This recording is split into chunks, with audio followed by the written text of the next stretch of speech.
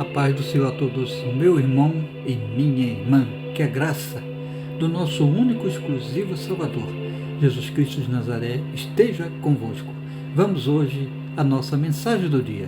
A mensagem do dia está lá em Gênesis 19, do versículo 21 em diante, diz assim: E disse-lhe, eis aqui tenho-te aceitado também neste negócio, para não derribar esta cidade de que falaste. Apressa-te, escapa-te para ali, porque nada poderei fazer, enquanto não tiveres ali chegado. Por isso se chamou o nome da cidade Zoar. Saiu o sol sobre a terra quando Ló entrou em Zoar.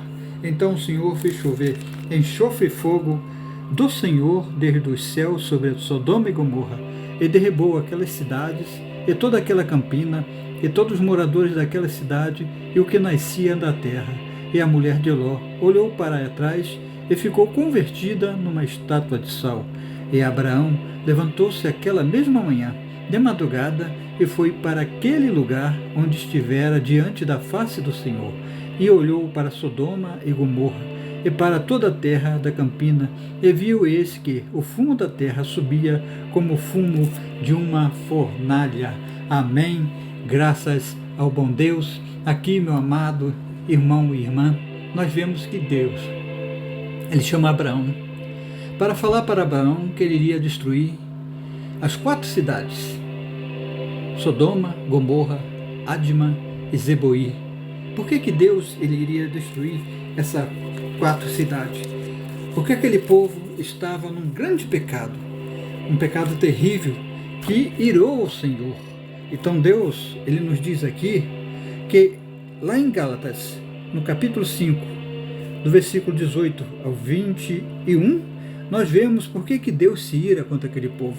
Ele diz assim: Mas se sois guiado pelo Espírito, não estáis debaixo da lei, porque as obras da carne são manifestas, as quais são prostituição, impureza, lascívia, idolatria, feitiçarias, inimizades, porfilas, emulações, iras, pelejas, dissensões, heresias, invejas, homicídios, bebedice, glutonarias e coisas semelhantes a esta, acerca das quais vos declaro, como já antes vos disse, que os que cometem tais coisas não herdarão o reino de Deus. Amém.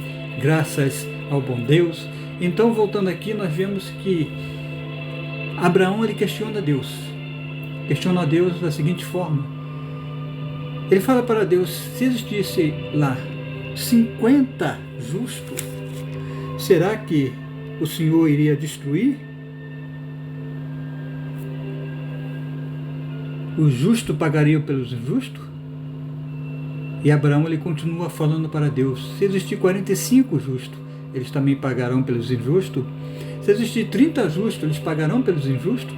Se existir, Senhor, 20 justos, eles também pagarão pelos injustos? E Abraão chega até os 10 justos. E ele fala para o Senhor: e se existir ainda 10 justos, esses 10 pagarão por todos aqueles injustos? Então Deus fala a Abraão que se existisse 10 justos naquelas 4 cidades, ele não iria destruir aquelas 4 cidades. E Abraão fala para Deus que o seu sobrinho Ló se estabeleceu ali naquela cidade.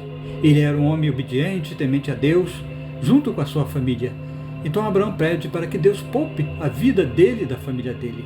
Então Deus fala para Abraão: se eu encontrar 10 justos quando mandar meus 2 anjos naquele local, eles não vão destruir aquelas cidades, em nome de Jesus. Amém. E graças ao bom Deus.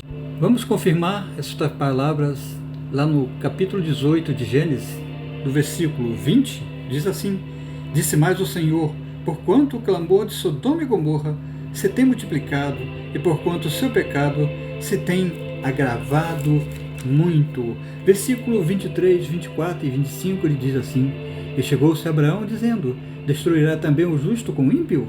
Se porventura houver 50 justos na cidade, destruirá também, e não pouparás lugar por causa dos 50 justos que estão dentro dela? Longe de ti que faças tal coisa, que mates o justo com o ímpio, que o justo seja como o ímpio, longe de ti seja. Não faria justiça o juiz de toda a terra? Versículo 31. e disse: eis que agora me atrevi a falar ao Senhor, se porventura se achar ali 20. E disse: não a destruirei por amor dos 20.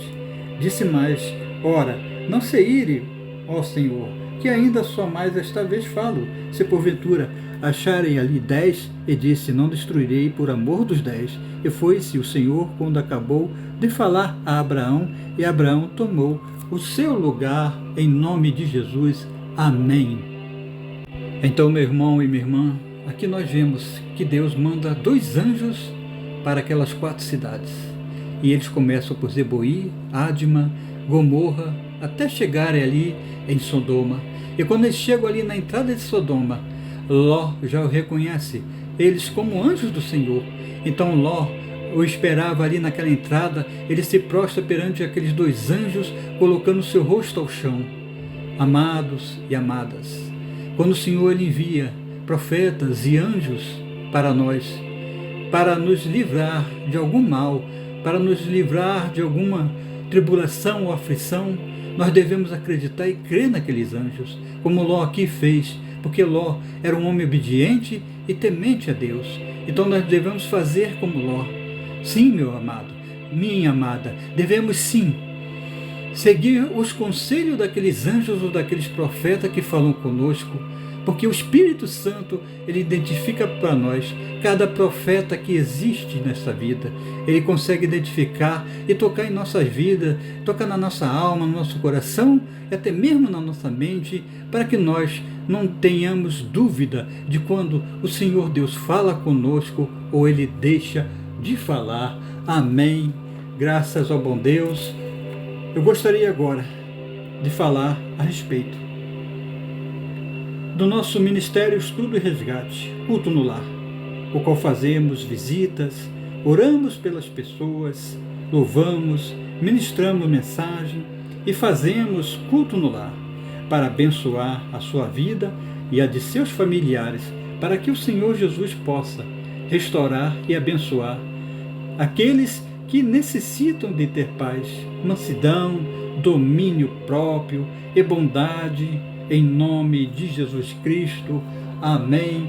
Graças ao bom Deus, que o Senhor agora ele possa tocar no teu coração, que ele possa agora abençoar a sua vida, porque ele é o único que pode fazer isso.